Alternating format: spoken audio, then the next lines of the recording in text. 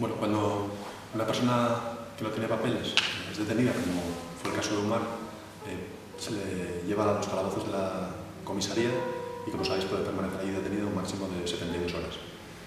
Si también, como en el caso de Umar, ya tiene una orden de expulsión en firme por un procedimiento anterior en el que le han pedido la documentación y le han comprobado que no tenía papeles y le han abierto ese procedimiento de expulsión y ha seguido toda una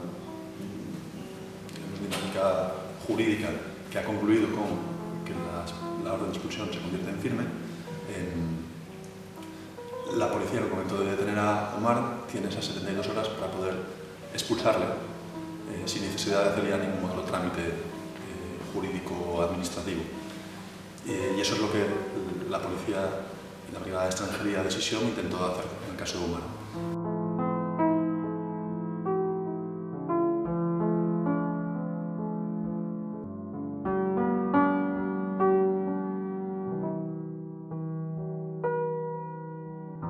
¿Cómo fue la detención y en qué condiciones estuviste? Novembre. Que le detuvieron el 5 de noviembre. Un día 5 de noviembre, es lo que dijo así. Es que no se acuerdan, pues hace unos meses. Es que el tiempo con nosotros a veces.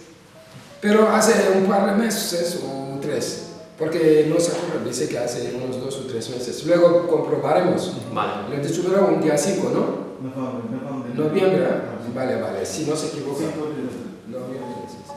Hay más o menos unas 10.000 expulsiones anuales en el Estado español y una parte de esas expulsiones se hace de esta manera. En el plazo de 72 horas de retención en el calabozo, directamente se busca un vuelo de repatriación y se expulsa a estas personas.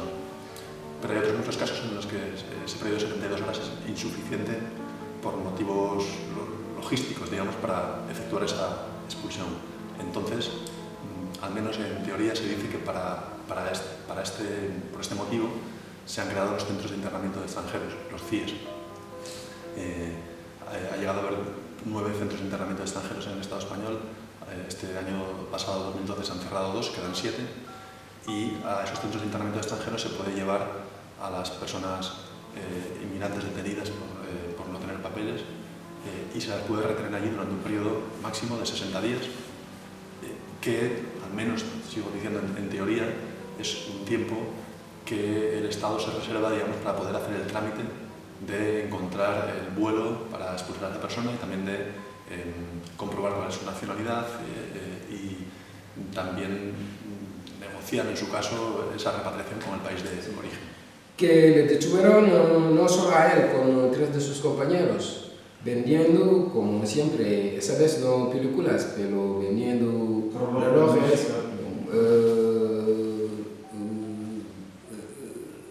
relojes, músicas, CDs y pues bolsos, cinturones, cosas así.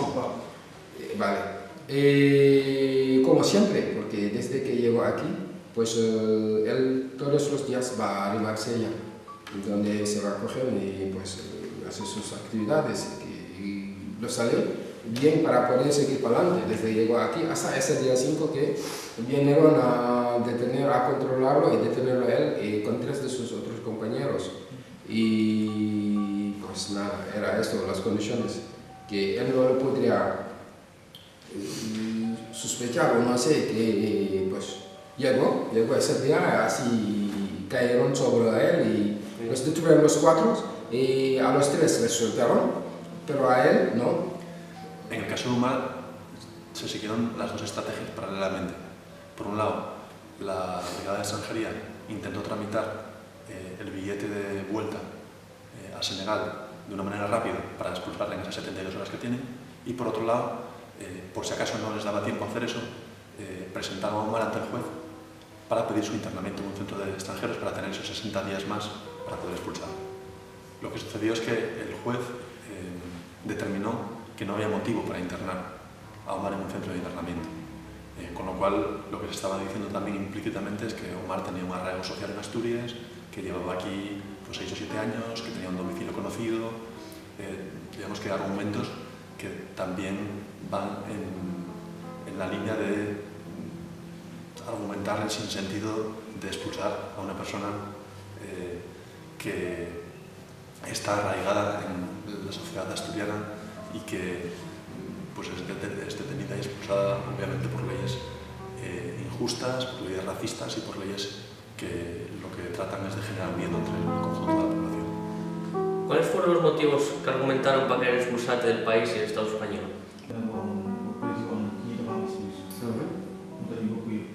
De acuerdo. Pues dijo que cuando lo detuvo la Guardia Civil, pues no le dijeron nada, pero que lo trasladaron a la policía. Y fue de ahí, de Gijón, que nos dijeron que, pues, que tenía una expulsión y porque había metido papeles y que lo habían denegado. Tenía una expulsión y tenía que quitar el país, es lo que le dijeron. Pero se presentaron al juzgado, un juicio rápido que hicieron con él, supongo que suele ser de guardia, no sé cómo se llama, y fue ahí. Pero el juez dijo que no. El juez dijo a la policía que había que soltarlo y ya está. Entonces, pues lo que querían, pues no fue lo que correspondió con lo que dijo el juez. Pues muy bien, Guauma, ¿no? Pero al regresar con él a la policía, pues ellos no sé qué pasó, pero no lo soltaron. Pues se quedaron con él ahí un día más, al día siguiente, que era un sábado, pues se lo compraron un billete de avión para mandarlo para Senegal, porque diciendo que tenía una expulsión y que por eso, a pesar de que el juez dijera que no podrían mandarlo a un CIE, pues ellos intentaron mandarlo para Senegal, para su país. Como el juez no permitió el internamiento, vemos que la Brigada de Extranjería siguió acelerando los trámites para intentar expulsarle en esas 72 horas. Y así consiguieron un vuelo desde Ranón a Barajas y otro vuelo encadenado con este de Barajas a Dakar. Si Omar no hubiese quizás encontrado el apoyo del entorno organizado de los colectivos sociales a través de la lucha contra el racismo y la represión, si Omar hubiese estado solo y no hubiese tenido la información de qué hacer en este momento, pues probablemente ahora estaría deportado en Dakar, como tanta gente en estos años lo ha sido. Mucha gente que ha sido expulsada en estos vuelos de deportación, bien, ya digo, directamente desde los calabozos o bien después de pasar por el centro de internamiento. ¿Tuviste por parte de la policía información que facilitar las cosas o por el contrario notaste una clara imposición a expulsarte del Estado? Me llamó una buena información a la cara. Pues dijo que lo que noto es que lo que quisieron desde la policía es fuera, echarlo del país y ya está. Facilitación de información, pues, ¿no? Que él lo que entendió era eso. Lo que quisieron es meterlo en trampas y pues fuera del país. En el caso o hay algunos casos en los que incluso la deportación ha acabado con la muerte de la persona que era devuelta en estos vuelos. Es el caso de un chico nigeriano que en el año 2007 se llamaba Osamuya Epitanyi, pues fue expulsado a Nigeria y en el propio vuelo murió asfixiado por la actuación policial que le habían amordazado, aparte de tenerle atado con correas y demás material de contención, como dicen. Tuvo que bajar el vuelo, me parece que en Algeciras, con el chico ya muerto. En el año 2012, 5 años después, se celebró el juicio y los policías que escoltaban a Osamuyi fueron condenados a pagar 600 euros de multa por la muerte de Osamuyi, porque el juez determinó que no tenía una responsabilidad directa en la muerte de esta persona. ¿Crees que estas situaciones están tapecidas por los medios de comunicación? Bueno, él dijo que no. Lo que piensa es que, pues, no, que es algo que hicieron, pero hicieron en Cantimini, ¿sabes? Escondido, rápido y bien, pero pues medios de comunicación, pues no se enteró. En el caso de Omar hubo un primer intento de evitar la deportación a través de la acción que hicimos en el aeropuerto de Ranón, en el que nos juntamos unas cuantas decenas de personas, en el que creo que sí que hubo éxito en conseguir que la gente que iba en el vuelo fuera consciente de que se iba a hacer una deportación en ese vuelo comercial y que tuviesen la actitud de intentar pararlo, pero no conseguimos visualizar lo suficiente el lugar donde iba a estar Omar en ese vuelo, y digamos que pasó desapercibido porque la policía pues, le metió por la parte de atrás antes de que el resto de la gente entrase en el vuelo, y por tanto quienes sí que estaban dispuestos a denunciar que se ejerciese esta deportación, pues les pasó desapercibido la presencia de Omar durante el vuelo, así que tuvo que ser él en Madrid, ya en el segundo vuelo de Madrid a Dakar, el que a través de su resistencia impidiese la deportación. ¿Qué encomentaríais al resto de inmigrantes que hay en Asturias para poder evitar este tipo de situaciones de expulsión directa? Entonces decía él, y lo que quería, el mensaje que quería mandar a sus compañeros que están en la misma situación como él, sin papeles, pues es seguir vinculado a esos colectivos, 1. 2, en el caso de que esto volverá a ocurrir, hacer lo mismo que como Omar. Es decir, si desde la policía te quieren echar, porque eres un sin papel y no has hecho ningún delito, pues que es tu derecho decir no, manifestar que tú no quieres viajar en un vuelo comercial. En ciudades como Ubiel, pues hemos visto que ese hostigamiento, esa búsqueda, digamos, de limpieza social, de búsqueda de homogeneidad social, expulsión de las zonas céntricas, de las zonas comerciales de la ciudad, por ejemplo, de las personas que ejercían el top manta, pero en general de todo aquel o aquella que no forma parte de esa identidad burguesa y señorial de la ciudad de Oviedo, ¿no? Todo lo que tiene que ver con lo diferente y con lo que en el imaginario social merece ser excluido, pues es perseguido por la policía local y por la policía nacional por las calles, que solo deben servir para circular y para consumir. ¿Notes conductas xenófobas dentro de la sociedad asturiana o crees que en general Asturias es un país que acoge bien a la migración? Ariondas, Infiesto, sí, muy bien. Que él, no sé cómo se clasifica aquí, Asturias Oriente, Occidente, Centro, pero él, desde que llegó, ¿por qué? No se sabe, es que cada uno pues tiene unas vibraciones y dice que yo pues quiero todas las mañanas voy a Langreo, a Mieres, a Sama, etc. Otros van a otro lado porque no todos pueden ir al mismo sitio. Entonces desde que llegó él, pues se va por ese lado que acabo de nombrar, Ribancella, Infiesto, Nava, Ariondas, y que conoce muy bien porque es su trabajo. Desde que llegó aquí lo que hace es viajar allí para tratar con la gente, justamente. Dice que sí, a veces suele pasar, pero no muchas veces, muy pocas veces. Yo diría que, según lo que comentó, es la excepción que confirma la regla. Que sí, que a veces pues les pasa algo que a veces les afecta. Alguien que se comporta de una manera muy rara, pero dice él que no. Esto es casi, como se podría decir, 1 por 1000 o 1 por 1.000.000, no sé. Donde vayas en el mundo, que va a existir alguien de un poco así. Pero dice que lo que nota ahí en Nava, donde va, en Infiesto, en Ribancella, en Ariondas, es que la gente tiene muchas ganas de colaborar, de apoyar. Cada vez, pues si quedan, por ejemplo, una semana sin verlo, pues luego le preguntan, oye, ¿por qué no viniste, Omar? ¿Qué pasa? Entonces gente que lo ayuda, que lo apoya, que lo arropa y que dice que siempre tienen ganas de volver a verlo para comprarlo algo, porque sabiendo que es así, que lo pueden ayudar. Entonces dice, no, que la gente muy guay aquí, no conoce todas Asturias, pero la parte, el que está yendo, pues dice que no, que encantado. El único problema es y lo que pasó entre él y la policía, no es la gente, ¿sabes?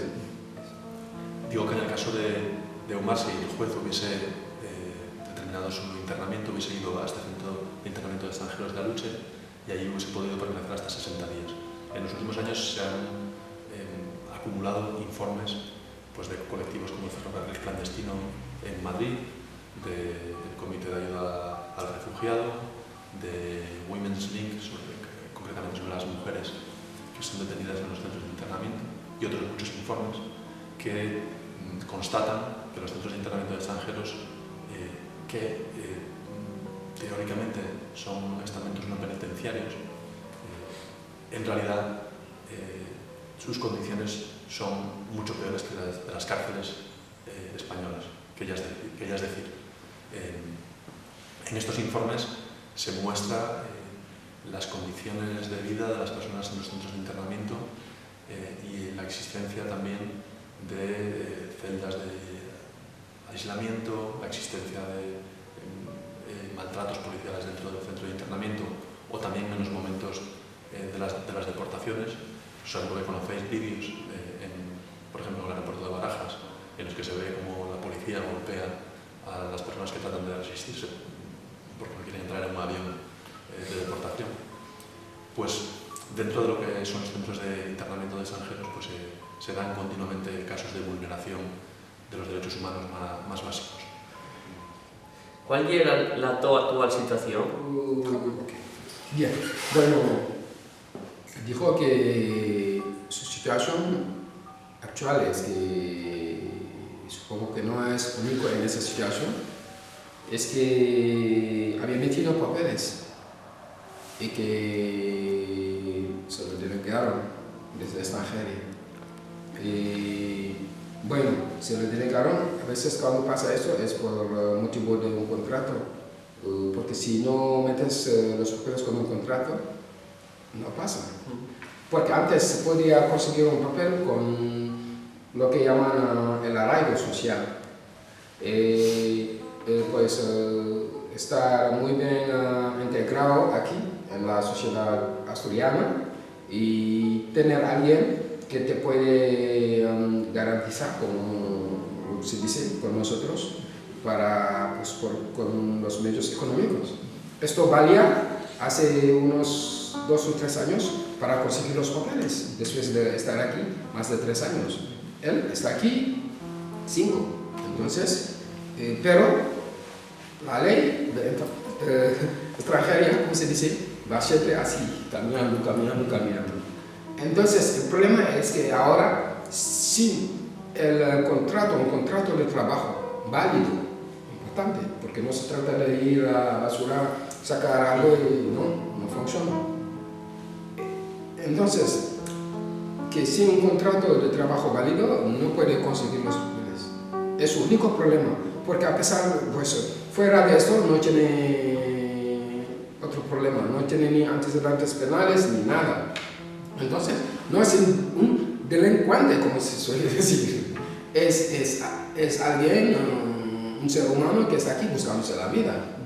Pero dice que su situación actual es esto, está un poco, no sé, ¿cómo se llama?, atontado, no sé, perdido, un poco desesperado por el tema del papel, de conseguir, ¿cómo hacer?, qué hacer para conseguir un contrato de trabajo.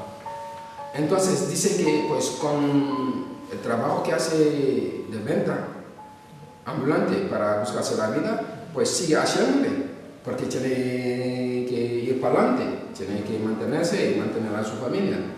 Y con los pocos recursos que consigue pues, lograr con ese trabajo. Pero lo que está explicando ahora aquí es para que si alguien, algún asturiano, alguna persona, podría ayudarle en hacerle, voy a hablar asturiano, un contrato de trabajo, como se dice. Porque él, si está aquí, no está aquí para mendigar o para bailar o hacer cosas inútiles. Está aquí para trabajar, para buscar, para ganarse la vida dignamente, entonces por el trabajo. Entonces lo que dice Omar es que su situación es que necesita un contrato de trabajo para meter los papeles.